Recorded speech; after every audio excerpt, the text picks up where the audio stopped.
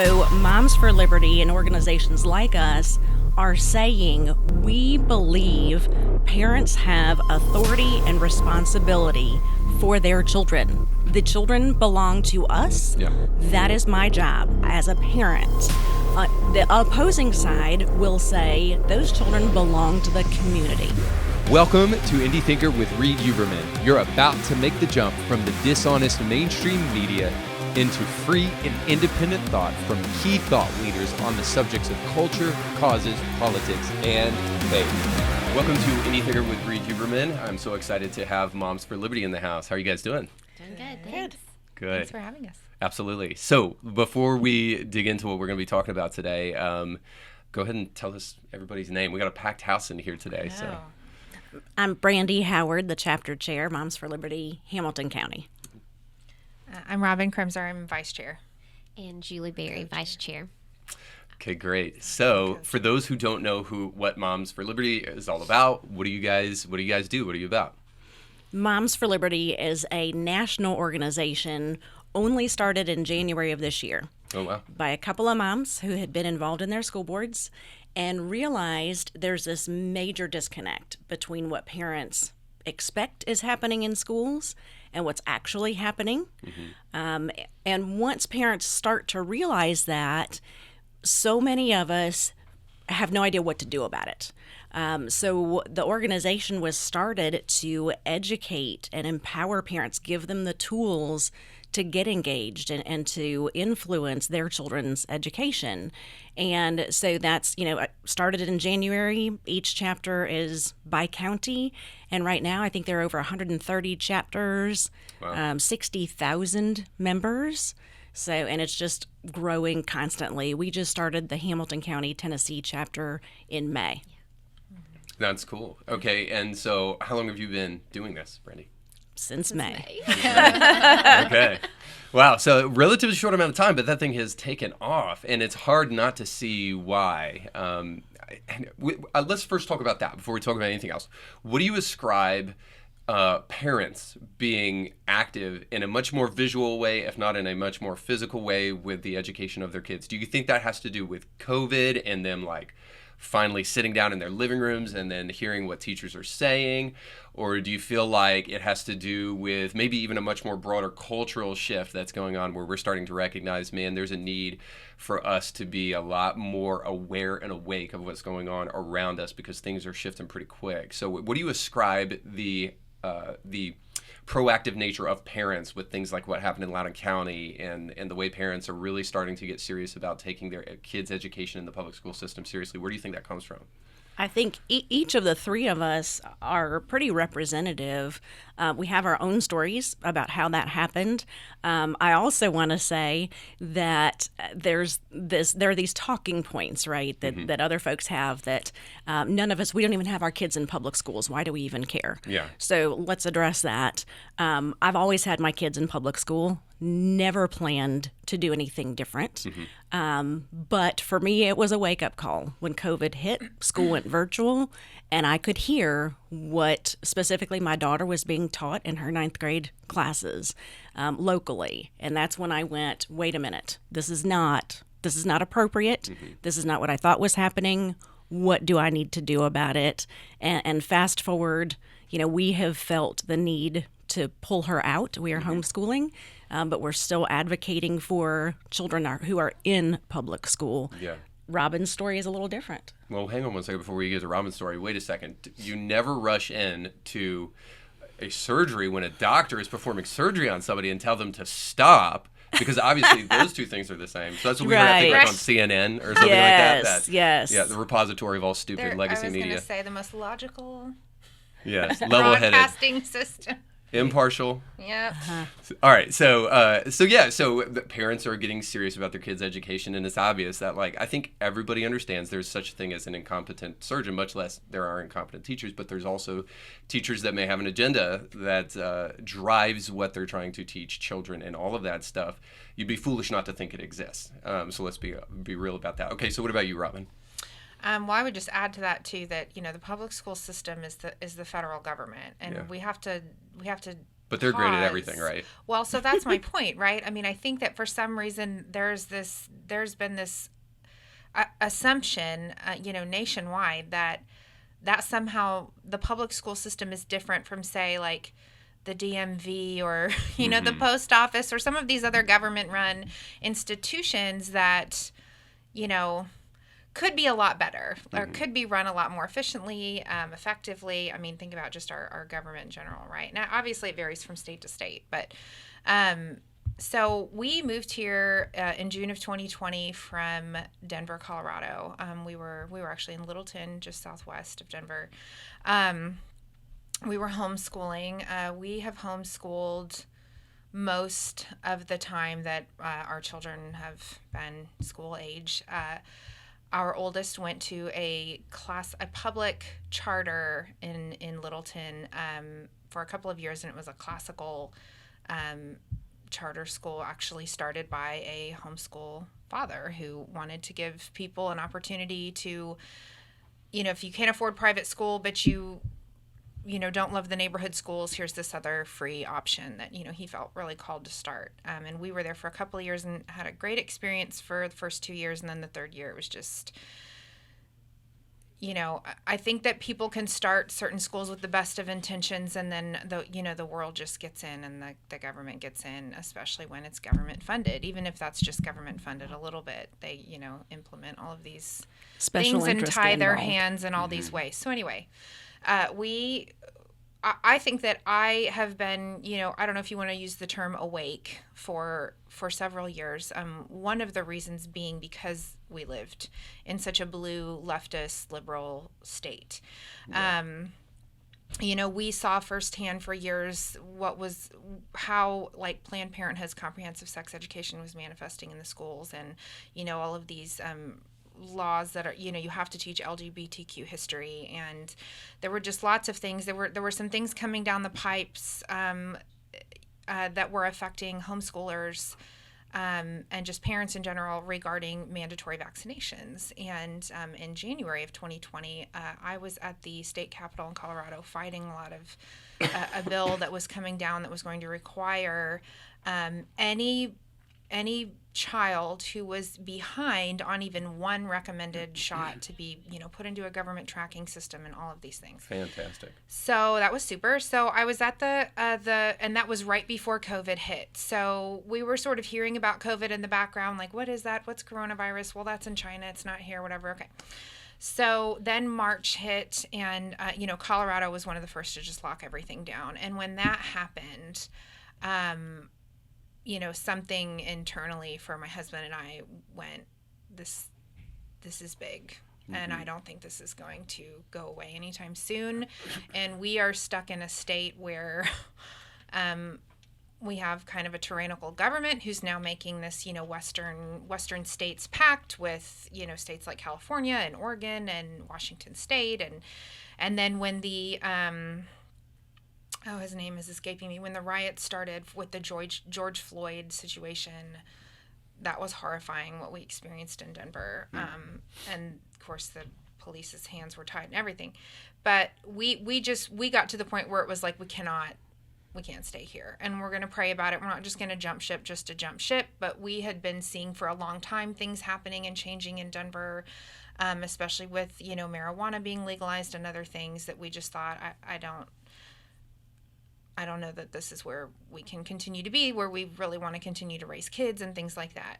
We prayed about it and ended up here in Chattanooga. I have family here, and we moved here for all kinds of reasons, but even reasons unknown to us. And once we got here and got involved in the church that we're currently at, we started hearing musings that Planned Parenthood is trying to get into the Hamilton County Public Schools. They have hired, Chattanooga has been sort of an abortion desert for a while now. Since like Planned the 80s, Parenthood, I think, right? Yes. Now Planned Parenthood has hired 2 individuals to sort of I don't know, somehow infiltrate Chattanooga and Hamilton County in whatever ways, one of which being the schools. And I had continually been feeling convicted, even as a homeschooler, to sort of get off the bench, and constantly hearing from, pastors and other sort of national figures like, well, go to a school board meeting, Like, that's one of the ways. Go to your county commissioner or a library board, or, get off the bench, get involved in local government.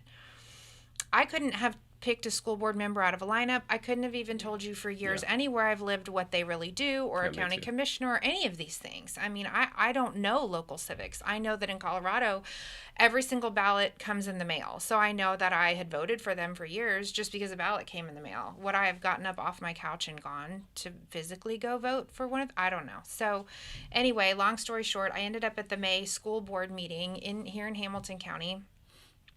When Pastor Frank of Calvary Chapel came to sort of speak and let them know, hey, listen, the abstinence programs here have been working. That is statistically proven. There's no need to change this. Should Planned Parenthood be trying to wedge their foot in the door, we ask that you kindly shove that right back through. Yeah. So anyway, that's what happened, and I met with Brandy and Julie, and they said they were starting this Moms for Liberty chapter, and it just sort of evolved from there. At that May school board meeting, the man who was chairman at the time, a lot of parents had shown up to protest masks and some other things, and he threw sort of this massive hissy fit about, parents don't care about real issues, that they're only here because of masks. You'll never see them again. They're not involved. Where have they been all this time? And we, so I know Party's right, that, is it? And he's right, yeah, that's true. Oh yeah, I totally, and we told him that, I sort of took that as a personal challenge, and, went up to him afterwards to say, you're right, there are many important issues that everybody needs to be caring about, including parents. And then he realized I stuck my foot in my mouth. Not just masks. Yes, right. Well, masks are one of them, but there are many. I sort of listed some: Planned Parenthood, critical race theory, some of these things. And I said, we will be at every school board meeting from here on out. Shook his hand, gave him my name, and said, we're new to the area, but, I totally agree with you in that respect. And we are here to stay, and you'll see us again. And I think that he didn't actually mean that, at this point, and with the many, many meetings we've gone to, I don't think that he actually meant that he wanted us to stay and get as involved as we have. So, but that's how I ended up in this. He asked a really good question, that where have parents been? Mm-hmm. Yeah. And my response to it took a little bit of thought, but my response was, we have been the PTO parents. We've been the room moms, the team parents. We've been planning the snacks and the parties, and teacher gifts. Making copies. Because we always trusted that our school administrators and that those public officials were making wise choices for our children. We trusted them to be the professionals, the experts. We thought we needed to take a support role until we started to learn more and went, no, this is not what we signed up for. Yeah. This is not quality education. This is not safe. This is not healthy. Something has to change, and here we are. Well, this has been one of the things that's encouraged me the most, is seeing this. Even if you disagree with maybe some of the policy issues or the standpoint, or even maybe the manner in which some of the parents have been speaking out. Even if you disagreed with that, the one thing that I would hope all people could see is that whenever parents get involved in their kids' education, that's first of all a good thing. And second of all, whenever parents actually use their voice for the sake of their children, like, come on, what kind of hater do you have to be mad about that? Because that made me so proud to be an American, to see people actually standing up and saying, hey, I'm going to hold you accountable for your ideas, because bad ideas have consequences. And what a good thing for parents to do, and to show their kids too, that we're not only going to support good ideas and the profligation of those good ideas, but we're also going to defend our most precious resource, which is our kids, the next generation. So I've been really really encouraged by the state of our republic when I see parents do that kind of stuff. All right. So what about you, Julie? Okay. So I did not know what CRT. I did not know what CRT was. I did not have any idea that there was really anything negative going on in the school system. My kids have been raised in public school. I was in public school. My aunt messaged me probably April and said, hey, I'm in this group in Williamson County, Tennessee. They're talking about CRT. You need to see if this is going on where you are in your school system. So I thought, okay, I'm going to research it. So I got on, I'm like, researching CRT. I do a lot of research and realize, okay, this is terrible. How I know if it's going on in Hamilton County? There's no way for me to truly know. So I see if there's a Moms for Liberty group in Hamilton County. There's not. So I'm just a part of their group. And she sends me a message, hey, this girl in Hamilton County commented on here. It was just happened to be Brandy. So me and Brandy got in touch. And I said, you want to meet? So we met. We started talking and said, well, nobody's doing anything in Hamilton County. Let's start a Moms for Liberty Hamilton County. We had no idea where this was going to lead. We thought we were going to start a Facebook page and be like, we need to be on the lookout for CRT. We need to be on the lookout for things that could be happening in Hamilton County. I did not plan on pulling my kids from public school. But the more we dug, it was like a can of worms. We opened it up and just filth and continued to just pour out. And there was no way I could put my kids back in that with a good conscience. And so that's how me and Brandy met. And then Robin was there within, like a week. It's just that we've been at every board meeting. We've just continued to dig and dig and dig. And we're just doing our best to try to That's great. bring some things to light to parents who have no idea. Well, here's what I want to talk about next with you guys, because this is the thing that really I spend my days thinking about, is what does it take for people to realize a threat, or what does it take for people to wake up? Because this is the one thing that I really try to emphasize on my podcast all the time. And what I find very often is when you talk to people, if they're not aware of the threat, they immediately think that you're crazy. So the way I kind of think about this is, if in 2019, December, and Merry Christmas, by the way, we're close. If in 2019 of December, I had said, there's going to be a global pandemic. It's going to cause the world to shut down. The government is going to shut down businesses, and they're going to shut down churches. Hide and watch. Now, if I illustrate everything that's about to take place, and then in the midst of all of that, when we're supposed to be quarantining because people could die, there's going to be riots and looting and all of this racial conversation that gets stirred up in the midst of an election year. And I say all of these things. The person that was hearing that would say, Reed, you are crazy. That is never going to happen. Conspiracy theory. Yeah, it's all a conspiracy theory until it becomes a reality. And so the point is that, sure, there's ways that we can be knee-jerk reactionaries, but the problem for most of us is that we are not proactive in recognizing true threats until we finally step into the doo-doo.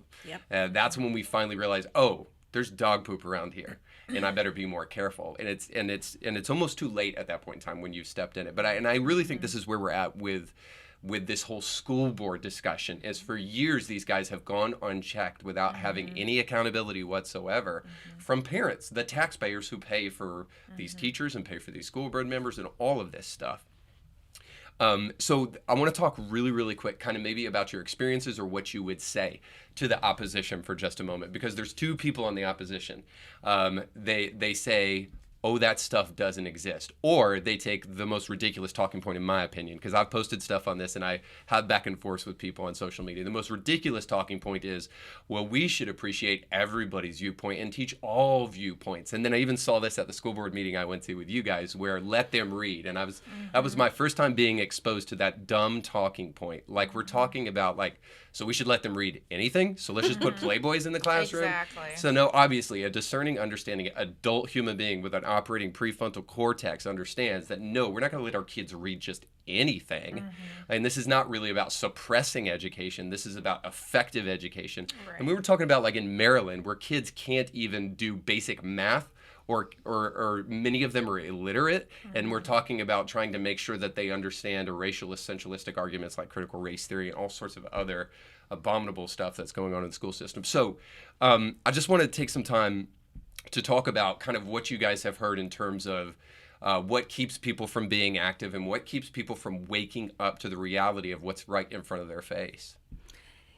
Go ahead. Oh, I was just going to say, we're in the South, Yeah. right? We're in the Bible Belt. We're safe here. Right. Everybody is, nobody thinks it's going to happen here in this little town that we live in. I live in Appleton. It's a 5-star school. Would never. I mean, like, we moved here to be in this school system. Why would we ever have to worry about something like this? Yeah. Like, they just think it's definitely, maybe out west, it may be in a liberal state, but it will not be in Tennessee. Hamilton County's, it's conservative. It's safe. It's safe. Yeah. It's not safe. Yeah, I would say that's what shocked me the most initially was to be constantly hearing people, including the school board members, say, "That's not happening here. That's not in Hamilton County, not in Tennessee, not in Chattanooga." And there was even a small part of me that thought, well, yeah, I mean, clearly, Chattanooga is not Denver. So obviously there is a lot that probably isn't here or hasn't happened here. My initial reason for going to the school board was thinking like, well, how can I support the school board? Even though I'm a homeschooler, I pay taxes, I'm a parent, I'm a member of, this community. How can I help? How can I support them?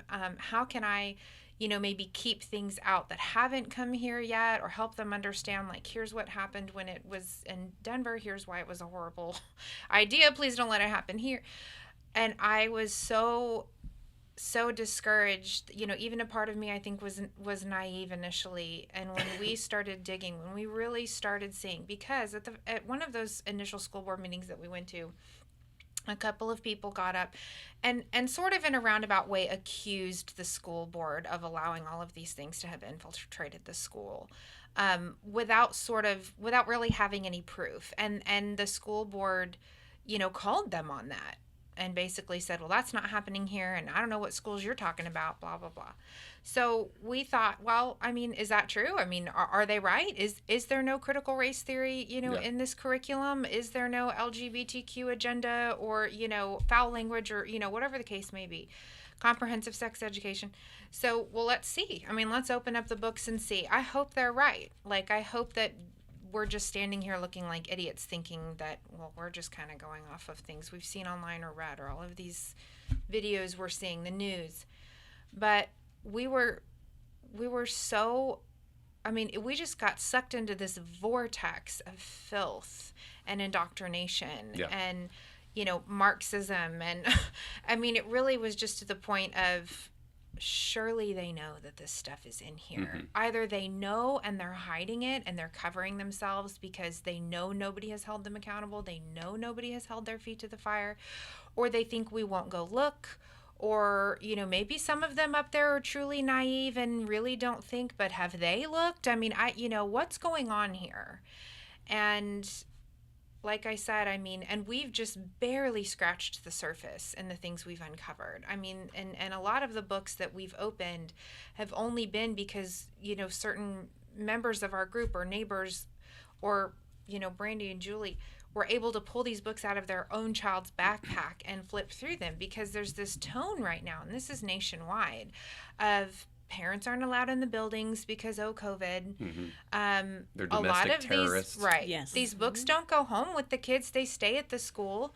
So how are you to know? And then not only that, what we found too is like, well, we really don't want you at the school board meetings either. Yeah. So, how are they supposed to know? And even in some of the stuff that we've read is flat out unapologetically in your face, blatant, horrible stuff. Yeah. Some of it has been us digging into the teacher trainings and finding that, like, okay, well, maybe what the kids are initially reading is not bad, but the way the teachers are told to spin it is mortifying. Is critical race theory, is divisive, is revisionist history, and so that's been very discouraging. I think a lot of parents, have said things to us like, well, my teacher would never teach that stuff, or, oh, well, she would just ignore that teacher training and do it.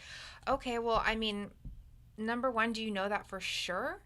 And number two, you're kind of playing Russian roulette with your kids, depending on like the teacher that you get, or the principal that you get, or the administration that you get. I mean, we have met a lot of these teachers. We've talked to them. Most of the ones we've met are ones who have left because they refuse to teach this kind of stuff anymore, or they refuse to let their children be exposed to it. But what we've heard continually is that teachers are afraid. They're afraid for their jobs. They are afraid they will be bullied. Teachers have told us that they won't come to school board meetings. Yeah. And I thought, what? What do you mean you won't come to a school board meeting? You're a teacher. And they have said that if they come to school board meetings, they will be targeted, they will be harassed, they will eventually lose their job. That is absolutely insane. That is insane. Yeah. It shows the state of where we're kind of at with all of this stuff. And so let's just drill down just a little bit further, because I think one of the things that I saw, and this was startling to me, and you guys saw it too, where there was a library. It wasn't our library. It was in a different city and state. And they were saying, we keep this up, we'll have no more books on our shelves in the teens section and all this stuff. And so I want to nuance that really, really quick, because one of the things I like to do is I like to try to crawl into the head of the opposition so that we're not just beating one drum and the sound of one hand clapping, but so that we can be fair about kind of what we're talking about, because I don't want to straw man an argument. So I think it's possible for parents to be a little bit too aggressive and to try to perhaps eliminate too much, but that's not what we're talking about at the table, right? Correct. We're not talking about maybe a difference of opinion. Maybe a Christian doesn't want Harry Potter in their public school library or in the public library. And so we get rid of anything that hints of witchcraft or anything like that. No, we're talking about things that are actually really aggressively bad. For instance, I'll be the first one to say, I'm a father. I don't want my kid reading Jacob's Dress, which is a book that is required reading in some, it's not, again, not in Hamilton County as far as I know, but in other school districts it is, which is required reading for a fourth grader about how a boy wants to go to school wearing a dress. Like, no sir, no ma'am. And those categories still exist, by the way. That's not happening in my school. That's not happening with my kid. So let's talk a little bit about what we're actually talking about, so that we don't have, the let them read crowd with the fascist Nazi talk and saying you're trying to burn books. No, let's get down to the facts and let's talk about what we're actually talking about in terms of some of the content that's being, and let's do here and then even other places. But let's start here, if we can, with some of the things that are being talked about in our schools here in Hamilton County. Sure. You've touched on a lot of good things. One of the things I wanted to say was that in Hamilton County, there's such a large percentage of parents that either homeschool their kids or send their kids to private school. So those people will say, well, I've already saved my kids from exposure to this, so we're good. We're not going to do anything else. Or empty nesters or people without children.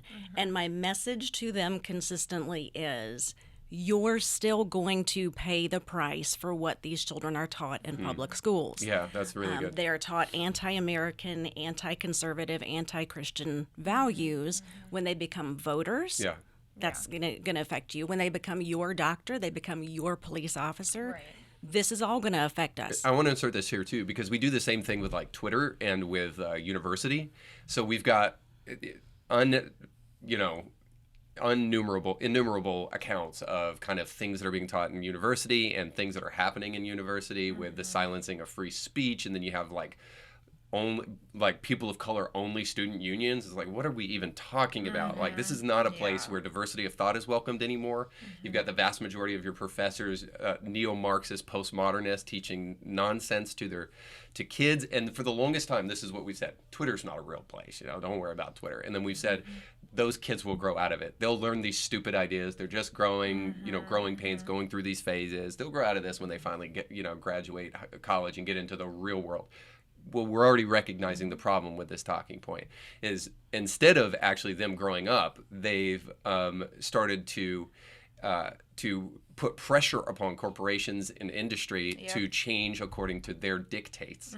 And because so many people are so cowardly, and this kind of circles back to the conversation of parents, so many people are so cowardly, they cave to that nonsense. And they're effectively, a small minority of people are effectively changing the culture here in America to mirror principles and values that don't is not recognizable to me, and certainly not anything I want my kids to grow up with. Beyond what I think the vast majority of Americans, if they wake up, would say, no, we can't go there.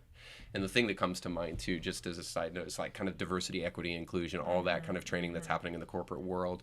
So the point being is that we got to take this stuff seriously, and we can't continue to sweep it under the rug and pretend like it doesn't matter, and then watch the culture change before our eyes. Watch professors being harassed in their car because they're not teaching what the students want them to teach, or reading something that the students don't want them to read. And it's just like, this is university, bro. This is where you're supposed to go and learn stuff, not stuff that you agree with, but learn stuff. And so I think we have to take this stuff so seriously. Sure. Well, and that's the approach that we encourage and that we have taken is, well, let's understand what's going on. The first step is to be aware, right? And to be aware of all sides of it. And I would say, my background, I was adopted out of foster care. We were foster parents. My children, my biological children, have grown up learning more perspectives than maybe some other children would, because we're parenting children. Their parents are in and out of jail, drug rehab, domestic violence. So we're very open with our kids. And So in our approach was, well, here, we don't want our kid reading this particular book by himself or herself. Let's read it as a family, right? Mm-hmm. So that's what we thought we would just continue to do with our kids. And so one of our first steps as a group was to figure out what's being taught, what really is in our school, right? Mm-hmm. So we requested from the district, what curriculum is being used. We had, done a lot of research, a lot of back and forth to get that information, and started to figure out, boy, there's so much in here. One of the things you just said, if you had said 9 months ago, or 2019, this is all going to happen. One of the things, personally, somebody had told me, Bezos from Amazon is involved and Mark Zuckerberg, and I thought, oh, y'all are crazy. You are crazy. But when we did research about the curriculum Hamilton County uses for English, ELA, in elementary school. And what is ELA? English Language Arts, okay. K through 5. They use curriculum from a company called EL Education. Mm-hmm. And when you do a little bit of research, and we provide links and background for all of this because we want to show the data. We're not making this stuff up. And this was developed by Facebook and by Bezos, or at least the private funding from they those guys? are supported by. Okay. So it's biggest supporters. Yes. So EL Education thanks their biggest supporters. Mm-hmm. It includes the Bezos Family Foundation, Bill and Melinda the Gates. Chan Zuckerberg Initiative, Bill and Melinda Gates Foundation, Bloomberg Philanthropies. Further down, a smaller is the Walton family. So you consistently see those influences that we thought. Left-leaning, by the way, all it seems, corporations. Why are you? Right, yeah. So, and as we read further, what is in this material? Why is it an issue? Surely it's fine, right? There's kind of been this societally accepted standard that in elementary school, you're going to keep material pretty G-rated, right? Pretty clean. And even through high school, you're pretty PG-13. We thought that was the standard. Yeah. Until we looked at actual curriculum, we looked at teacher training, and we've looked at supplemental material, recommended reading, summer reading lists, and you will be led astray by the other side who is saying these things aren't in the classroom. They're just sitting on library shelves. Students are never going to have access. It's not required. Yeah. That's not true. They are putting these directly in front of students. One of the books, and this one was on the recommended reading list, was the first page of that book says, "You suck. That's what I'm going to say when I find you and shove it in your mouth hole." So, whether it is my daughter reading that or my son reading that, we don't support students learning that that's a way that women should be treated. Right. Well, and tell them what the next line of that is. Yes, the next line was, well, thank goodness he didn't send a DICK pic. And so this was for what grade again? 8th through 12th grade. Okay, so eighth grade, that's roughly what, 13 years old? Yeah. But if you have an advanced reader, I know, for me, and I think this is for a lot of people, like oldest child is typically like the advanced reader. They're reading books, a couple of levels up from their actual age. So if they're in the public schools, you may have a 6th grader reading these things. So now you're talking about like 11 years old. And I don't, some of this stuff is just, even if you would allow your 17-year-old or something to, watch shows with this language or read this kind of stuff. Okay, that's your personal choice. Do it in your own home. Watch whatever Netflix shows you want that are as mature as they want. Like, go for it. But I don't want my kids reading that. Yeah. Or watching that, or, at 11 years old or 17 years old. Are they going to know that language is in the world? Of course they are. We constantly hear people and, moms for social justice say things like, well, they're going to hear that in the school hallways. Yeah, this is the way they're talking anyway. In Publix and blah, blah, blah. Of course they are. Well, duh, because every time you step out your front door, and you don't even have to step out your front door to hear those kinds of things, whatever. But, like, is that the standard? If we're trying to raise... I have to interject here because I don't get that at all. Yeah. I try to be as fair and even-minded as I possibly can about all things and try to understand people's perspective. I don't get that at all. Like, so yes, they're talking like this. I'm not an idiot. I was in high school too. Like, I was talking that way in middle school. Right. But so now we're going to endorse it as a school, and we're going to endorse it from our teachers. Like, so I don't get that talking point whatsoever where people are just like, they're doing this anyway, so we're just introducing this to them. Like, could you make that argument with Tide Pods? Like, we've kind of said that, where it's like, well, they're eating them anyway. They're challenging each other. So why don't we just put it on the lunch trays? Put it on the menu. We're not going to do that, right? You're going to lock them up. Yeah. Like, because children's brains are growing. Children are foolish. It just is what it is. They need to be trained. Yeah. Like, it is a parent's job. And I would argue an educator's job to train them how to be productive, upstanding, members of society. I'm sure anybody who would watch this would love it if one day tomorrow someone came up with the cure for cancer, or, whatever the next best invention is to save lives, or, make things easier, more streamlined, or whatever. Is this how you raise those minds? Like, is this how you raise the next generation of brilliant inventors or people who are going to have, tremendous impact on the world for good? Is it to constantly use the F word and gang violence and talk about beating up cops and, LGBTQ heroes? And, some of these books literally have, people who, with incest, who have raped their own children, who are carving Bible verses into their skin as abuse. Like, this is what we're reading? Yeah. Like, how the mighty have fallen from...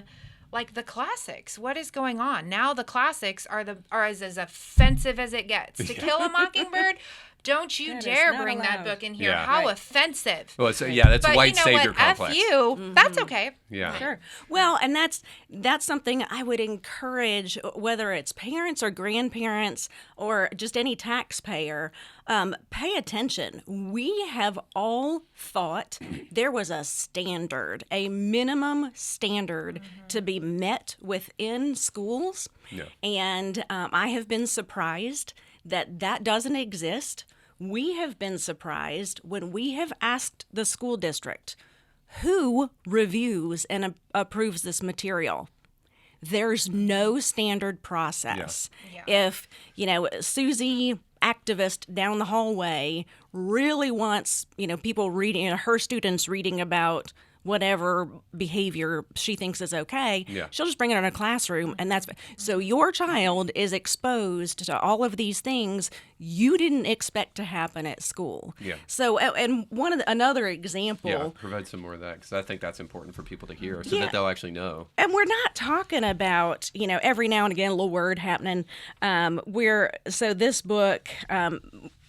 One book, The Hate You Give, is used in 10th grade English class. And I don't have that in front of me right now. The sequel to that is called On the Come Up. And this language is consistent. I murder this chick in cold blood like someone did her whack ASS father. F that word, F that school, F all this. School pride turns into gangs. Man, F your little lollipop-looking ASS. Delightful. Oh yeah. Well, and it gets better. Here's the other message. So, kids in the projects love Auntie Pooh because she gives them money. They don't care how she gets it. She happens to be a drug dealer. If Trey can't make it by doing everything right, who can? Trey is the only character in this book that has gone to college, and he's back working at a pizza shop and broke. So they're pointing out that these drug dealers are the only ones in the neighborhood. Actually, and it says the system that. doesn't work. It's set up against you. Yeah. Here, and it says in here, my brother is doing everything right. Nothing is coming from it. Meanwhile, Aunt Pooh's doing everything we've been told not to do, and she's the one giving us food when we need it. The drug dealers in my neighborhood aren't struggling. Everyone else is. This book, they're talking about cocking Glocks and shooting cops. A group of teens in a high school are chanting that song as they beat their 2 school security officers. Yeah. So tell me how this is a message that needs to be sent to high school kids. Yeah, or educational. Explain it. Yeah, I don't get it. And the response we get from some of these very thoughtful people are like, well, we read Romeo and Juliet and that's about teen suicide. Like there's no difference between what we just read. And I wondered about this too, is when we're saying that we're just opening the eyes of our kids and letting them see this stuff so that they can have a realistic view of the world. My question is like, what world are we trying to introduce them to? Mm-hmm. Not to mention the world that you're introducing them to. This is a really sincere question. Do you have any regard for what the kind of racial animosity that you're stoking is going to create? The fact that it could cost people's lives, that teaching kids, young kids especially young black kids, that the police are against you and that they're your enemies, even if you're just trying to illustrate what people think in a subset, cultural subset. Is there no regard for the fact that has implications, that there's collateral damage to these horrible, god-awful ideas? And this is where I would say to parents and anybody listening, this is why you got to be active. This is why you got to stand up. This is why you have to fight this kind of stuff, because we need to be endorsing good values and good principles, not just trying to help people understand what's really going on in the world. Well, what happened to like trying to create a better world than the one that we have? So far, we have found, just so far, 5 books in our schools that talk about police officers shooting unarmed black children, riots ensue, and it's clearly an intentional message that's anti-police officers, right? Yeah. So again, even if you don't have a kid at school, but you've got a police officer in your family that you'd like to have a better relationship or response with their community, y'all need to know that this is what schools are teaching about our police officers. Yeah. Well, and this is the thing. I mean, to go off of what you just talked about, Reed. So, I think that people think that education, or public education, is neutral. It's not neutral. There's an agenda. Yeah. Everything has an agenda. I mean, at this point, people have got to come to grips with that. There is no standard of just like, we're just going to teach them to read and write and do math and send them on their merry way. And what? I mean, well, read and write what? Yeah. Is the first question they need to be asking. Now somehow math is racist. Like, that's just a whole other thing. But when you start digging into all of this, you realize there is such a greater agenda here happening. So some people are on board with that agenda. I mean, we've met parents at these school board meetings who have stood up, and spoke and said, like, this is what they want their kids reading. They think this is beneficial for them. They think this is the real world, and this represents, all subgroups and minorities and people of color, and, all the white people need to just get over their white fragility and be okay with it, and this is what the white kids need to know, because otherwise they just continue in their, white ignorance and blah, blah, blah. Right. And we have been accused of wanting some of these books pulled from the shelves, banned, burned, whatever, because they're from authors of color. Well, first of all, I mean, we don't even look into who these authors really are, other than sometimes we recognize their names because we know they are well-known social justice activists. Yeah. But, I don't pull up these authors and go, we had to go back and look and see. They are. Right, we had to go back and look. Exactly. And that's their MO, by the way. They care about race infinitely. Correct. Yeah. Well, but, in addition to that, we have members of our group, and I have personal friends that are Black, and others that are just non-white, and I've asked them these questions of, okay, so we've been told that books like To Kill a Mockingbird or Huckleberry Finn or some of these classics are so offensive and oppressive to you. I would genuinely like to know. I'm raising, my husband is white. We are raising a brown child right now in America. I mean, am I completely out of alignment? I mean, is this offensive? Growing up reading these classics, did you feel We need to oppressed? know. Did you feel? We Because need to I understand. would like to know. And it's like laughable to them. I mean, they sit there and they're like, "Are you really asking this?" I mean, they're like, "No." I mean, no, we weren't offended. One of our close friends has said to us that Gone with the Wind was one of her all-time favorite stories. She's Black, and it's her all-time favorite book. She was Scarlett O'Hara as a child. She still loves Scarlett O'Hara. This has gotten so out of control. So out of control. I don't care what color you are. When you are talking about child abuse and incest and rape and gang violence and police brutality and revisionist history, and I don't care where you come from or what color you are. It is wrong. It is wickedness. And people have got to stand up. Nobody is going and researching. Parents aren't pulling these things out of their kids' backpack and researching the publishers or who's writing it, or nobody's doing that. Yep.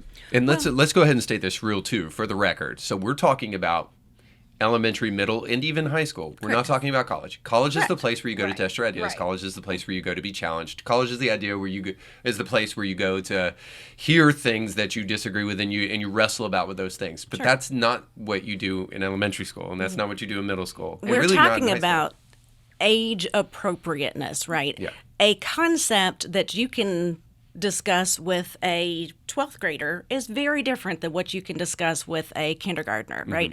So we have to be age appropriate at times that we introduce different concepts and talk about these things. And we're not stupid.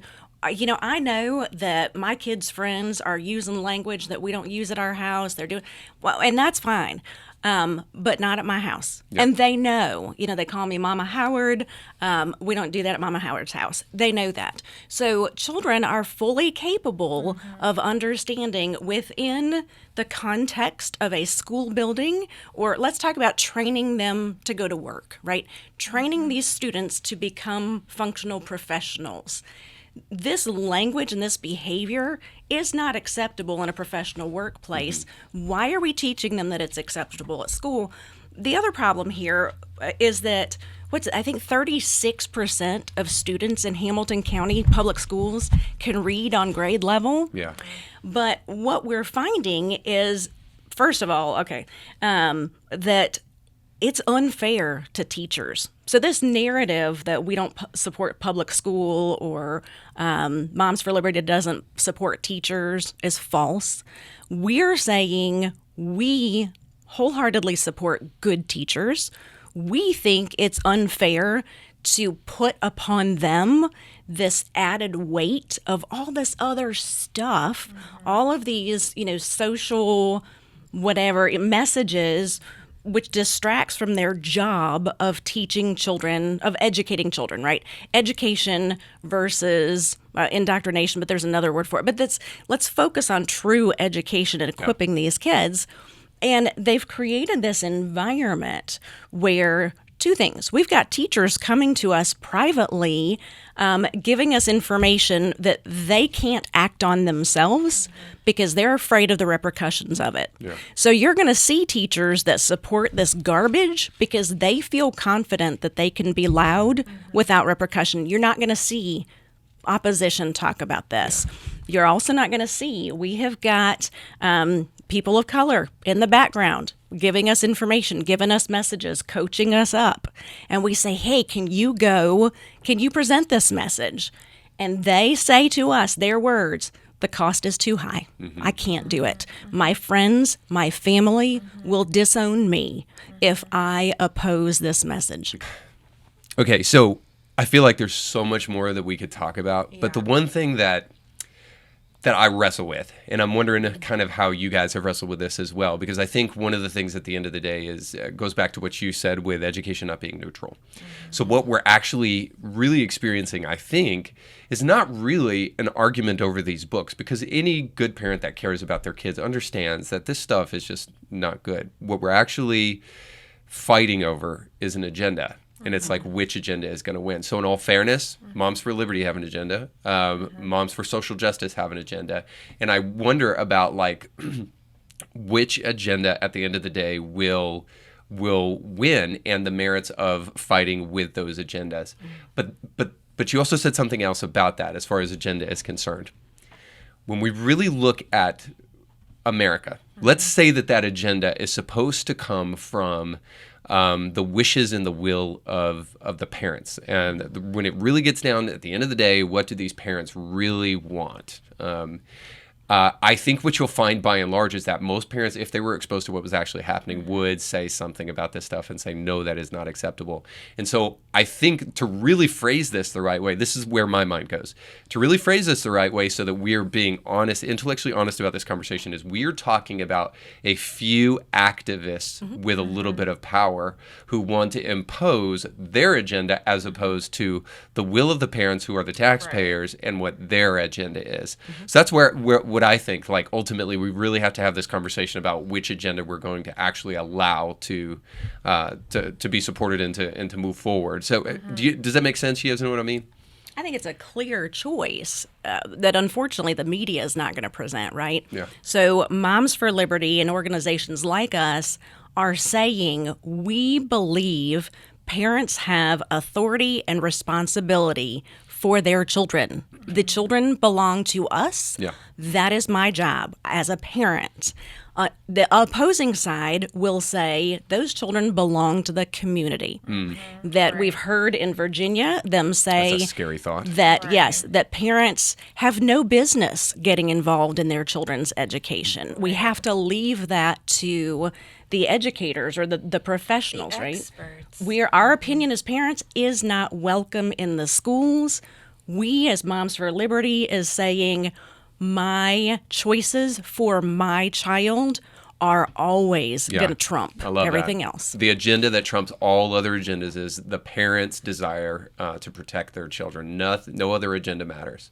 Well, and I think that they continue to accuse us to say that, we're out of touch, or we don't want the kids to learn about hard things, or, that, anything bad ever happened in America or in history, or, that we don't want to teach the civil rights movement That's and all some just of these such a crazy lie. things. That's just give me so a freaking asinine. break. Well, and every single thing that they're learning now goes completely against Martin Luther King's idea of, I want my children to be judged based on the content of their character, not the color of their skin. Everything now in this is completely contrary to that. It is the first thing you're going to see is race, and that's what we're going to base all of our other assumptions off of. When you start diving in, I mean, and we've gone as early as third grade, and we would love if anyone is out there listening and you would like to let us borrow your kindergartner and second graders textbooks, ELA books and things like that. We would love to dig through them, but they start in third grade reading Peter Pan. Mm-hmm. Great, right? Sounds Who doesn't like a like Peter classic. Pan? Yeah, Awesome. But it dives in. Well, first it paints a picture of the author being like old and out of date and out of touch. And he lived in Europe when people didn't really travel back then. And when they did, they saw people that didn't look like them. And so it caused them to, speak in stereotypes. And, it's like one of the vocab words in third grade is stereotypes. And, and then they go into why this is sexist and racist, why Peter Pan is a sexist and racist story. The kids are told to rewrite it to right the wrongs. Like there's all of this stuff. And then they continue going through all of this sort of activism training. We're going to write public service announcements and, all these things. I want to stop right there. I'm sorry to interrupt, but I do have to say this is where parents get the idea, and this is where you get called a conspiracy theorist, where parents get the idea that, okay, now you're grooming my child. You're trying to teach my child to to be something that they are not. And this is, again, where education is not neutral. Right. And by the way, people say we have to teach kids what to think, not how to think. But part of education is about how to think as well. Right. And so it's really this competing of like what way is going to win for how our kids should think. Mm-hmm. Right. Well, and America has a hard history. I mean, it just does. That's the story of the whole world is a hard history because people do horrible things to each other.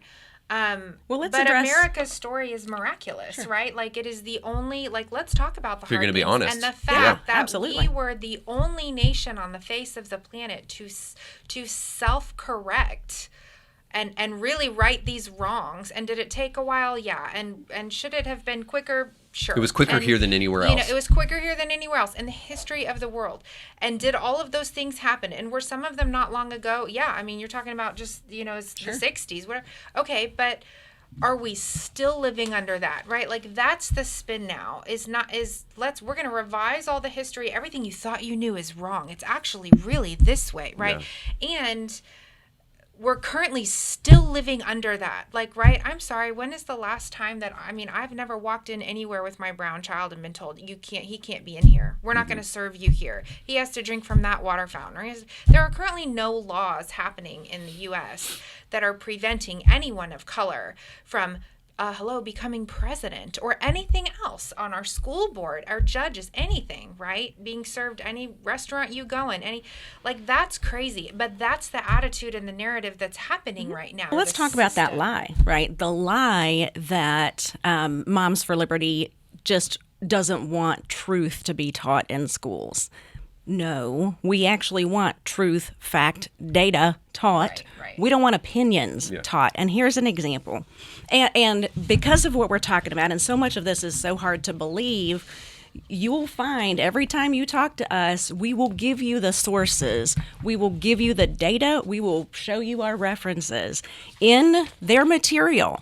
This comes directly from the teacher material for this curriculum used in our schools when they're teaching fourth grade about grade 4 module 3 when they're teaching about American history with American Indians. That's ugly, right? Mm-hmm. That's one of the most embarrassing things that I think is in our history.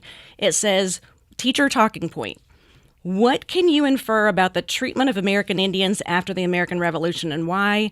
They were treated badly. People thought it was fair to do so because of what the Declaration of Independence said.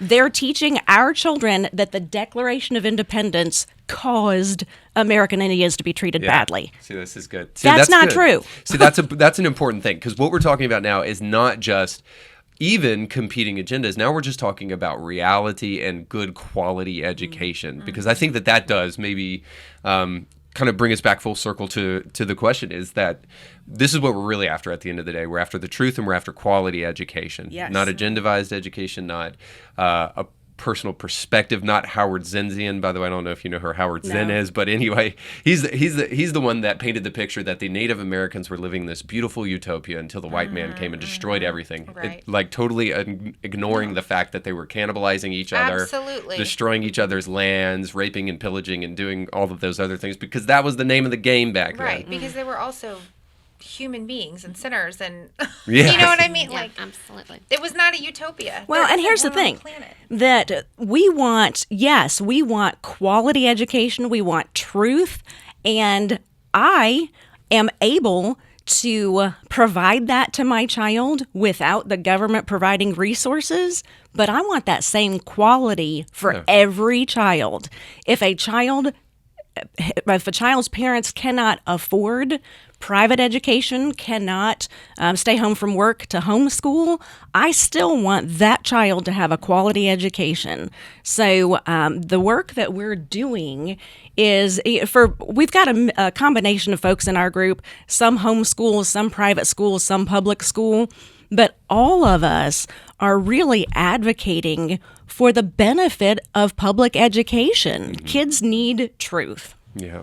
Absolutely. Well, guys, there is so much more to talk about. I would love to be able to dig into kind of some of the overreach of the federal government and becoming the parents of kids. And we could even take the conversation of grooming a little bit further down the road, because when you start to really put these pieces together, it's just like, whoa.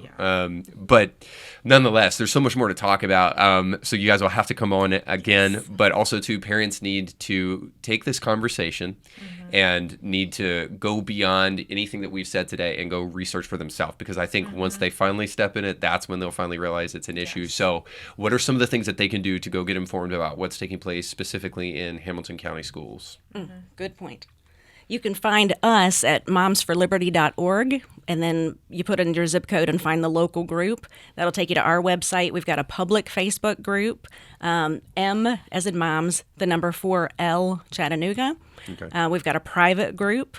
But I would encourage parents, do your research. Don't just assume what you're hearing from somewhere. Do your research, find the data, and know that you as a parent have authority. And if you find something inappropriate for your child, opt out. You can tell them, my child will not participate in that. Check their book bags. You don't know. They go to the library. They're able to check out books. Nobody is monitoring what books they're choosing. I never monitored what books my child chose. I assumed if they were in the library, they're appropriate. I had to sign off on videos that were PG. Why would I need to worry about what was in the library, right? So I would say check what's in the book bag. See what assignments they're doing. If it doesn't look appropriate, question it. Yeah, and we have on our website links to a lot of what we found, even links to, videos of portions of school board meetings. Anybody can come to a school board meeting there once a month. You can go to hcde.com.org. It's the Hamilton County Department of Education. And click on school board, click on schedule of sessions. You can see when they are. Anybody can come, get there early because the seats fill up and there aren't many. And that's purposeful and in our opinion, but so do your research, but what I would say is I think it's overwhelming. I think parents don't know where to start. So you can go to our website and we've done a lot of it for you. But come to the school board meetings or watch them online. You can watch them on YouTube. You can watch them live, or you can, Hamilton County Department of Education has their own YouTube channel. You can watch it live or you can go back and watch it. I would say that there are things that happen live that we find later get cut out of the ones that end up on YouTube. So that's the importance of being there in person. What we have found is, yes, you can stream it. Yes, you can go back and watch it. But being there in person is when you really see what's going on. You see the dynamic, but the school board members and the executive board see you. They see the parents, shaking their heads like, no, that's a horrible idea, or yes, great, good idea, or, and so, I mean, that's important because otherwise if you're watching it online and then you just shut it off, they don't hear from you, I mean, I guess if you're doing it that way, I would say, call them, email them, find out what district you're in, find out who your school board member is, start looking at how they vote, listen to the things that they say. Like, we're posting some things like that. We're going to start posting charts of like things that they've voted on in each of their names and have they voted yes or no, no matter what it is, whether it's socio-emotional learning or masks or, some of this curriculum stuff and how they're spending their budget. I mean, right now we're searching for a new superintendent. Like, that's a huge thing. Why did the last one leave? Well, who's currently running it? Why doesn't she want to stay permanently? I mean, there's all kinds of cans of worms that we could get into, but get off the bench and come join us because these are the people that are making the decisions that affect your children. If you don't have children in the system, it's still affecting you because it affects our entire community. You're paying for it as a taxpayer. You don't like this garbage? I don't want to buy this. I wouldn't go into a store and buy this for my child or any other child. I don't want to pay for it with my taxes either. That makes me mad. So, yes, come let them know that you don't want to pay for this stuff. Let's find an alternative. Let's come up with solutions. That's huge. We want to be solutions focused as well. Yeah, we need to quit abdicating our responsibility with our kids. We need to quit abdicating our responsibility with our government. So if I'm going to butcher this, but I think it was Benjamin Franklin who said that if we care for safety rather than freedom, we deserve neither. So we have to realize that our responsibility is our government. And I know Benjamin Franklin did say this when asked if we were given a monarchy or a republic. He said a republic, madam, if you can keep it. And that's so it's up to us. There's a Right. responsibility. And John Absolutely. Adams said part of that responsibility is being a moral people, without which this Constitution, this republic will fail. So we have a moral obligation to stand up and do something about it. And by the way, I'll say when I went to my first school board meeting that you guys invited me to, I was amazed. It wasn't the parents talking that was the most interesting part to me, and addressing the school board, which is often what you see on the news. The thing, just hearing them talk was eye-opening for me, because they're doing stuff with our tax dollars that I'm just like, whoa, bro, there are people who can't even read. There are people who can't even do basic math. And you guys are trying to erect facilities that help people get on food stamps. Like, there are places for that out there already that are supposed to be doing that. Can we focus on education and just seeing some of what's happening with the way that education is evolving to become this monster that's not even focused on education? They call it, of course, because the left is really good at labeling things, whole child education. And what they Right. mean by that is that they want to be the parent for these Yes. kids, Exactly. instead of let the parents be the parents. And anyway, so much more to say about that, but it's really eye-opening. So that said, I just want to say thank you, ladies, for everything that you're doing to help parents. I know the journey, I know the struggle is real. It's hard to get people to wake up out of their stupor, because complacency is so much easier than And I being would active. say we understand parents are busy, they're overwhelmed. For sure. Our goal is to shortcut this, right? But our goal, and I joke about putting together a Cliff Notes version. If you are willing to stand up and get involved and don't know how, Yes. reach out, email, send us a message, and we will give you ideas. We will coach you, so you don't have to invest a lot of time trying to figure it out. The thing that hooked me was what's on your website. So people need to go to the website, and they need to look at the place where you go through the heavy lifting of pulling out excerpts, quotes, and then titles of books and the authors of those books. And you guys itemize that stuff, list that stuff, and it's all stuff being taught specifically in Hamilton County schools.